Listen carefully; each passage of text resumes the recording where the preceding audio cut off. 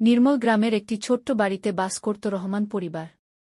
পরিবারের সদস্য ছিল ৫ জন: বাবা মোহাম্মদ আলী, মা ফাতিমা বেগম, আর তাদের ৩ সন্তান: বড় ছেলে আরিফ, মেয়ে সুমি এবং ছোট্ট রাহি।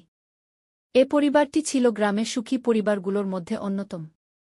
পরিবারের বন্ধন: মোহাম্মদ আলী একজন সৎ ও পরিশ্রমী কৃষক। প্রতিদিন ভোরে তিনি তার জমিতে কাজ করতে যেতেন। গ্রামের অন্যান্য কৃষকের মতোই তার জীবন ছিল সংগ্রামী, কিন্তু তাতে কোনো অভিযোগ ছিল না। ফাতিমা বেগম ছিলেন পরিবারটির হৃদয়।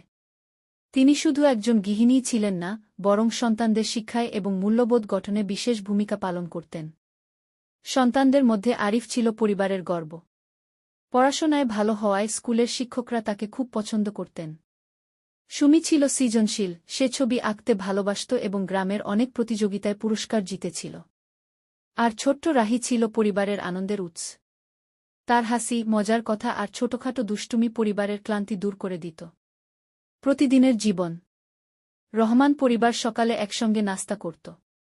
নাস্তার সময় ফাতিমা সন্তানদের স্কুলে যাওয়ার আগে প্রয়োজনীয় কথা বলতেন। মোহাম্মদ আলী জমিতে চলে যেতেন আর বাচ্চারা স্কুলে। ফাতিমা দিনের বাকি সময় রান্নাবান্না, সেলাই আর গৃহস্থালির কাজ করতেন। বিকেলে সন্তানরা স্কুল থেকে ফিরে পড়তে বসত।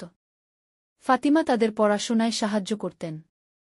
সন্ধ্যার পর সবাই মিলে উঠোনে বসে গল্প করত। আরিফ তার স্কুলের নতুন কিছু শিখে আসা কথা শোনাত, সুমি তার আঁকা ছবির বর্ণনা দিত, আর রাহি তার ছোট্ট দুনিয়ার হাস্যকর গল্পগুলো শোনাত। একদিনের বিশেষ ঘটনা: একবার আরিফের স্কুলে একটি বার্ষিক ক্রীড়া প্রতিযোগিতার আয়োজন করা হয়। এতে আরিফ একটি দৌড় প্রতিযোগিতায় অংশ নেয়। প্রতিযোগিতার দিন রহমান পরিবার সবাই মিলে স্কুলে যায়। তারা সবার সামনে বসে আরিফকে উৎসাহ দেয়। আরিফ প্রথম স্থান অধিকার করে, আর পরিবারের সবার মুখে আনন্দের হাসি ফুটে ওঠে। তাদের এই ছোট্ট সাফল্যের উদযাপনেও ছিল মধুরতা। সেদিন রাতে ফাতিমা সবার জন্য পায়েস রান্না করেন। আরিফ তার পুরস্কার বাবাকে দেখিয়ে বলল, বাবা, এই জয় আপনার জন্য। আপনি আমাকে সবসময় স্বপ্ন দেখতে শিখিয়েছেন। সুখের রহস্য: রহমান পরিবারের সুখের আসল রহস্য ছিল তাদের আন্তরিকতা, ভালোবাসা আর পরস্পরের প্রতি শ্রদ্ধাবোধ। তাদের জীবনে বিলাসিতা ছিল না, কিন্তু যা ছিল তা হল একতাবদ্ধতা। কোনো কঠিন পরিস্থিতি আসলেও তারা একে অপরের পাশে দাঁড়াত। মোহাম্মদ আলী সন্তানদের বলতেন, সুখী জীবনের জন্য টাকা বা সম্পত্তি দরকার হয় না।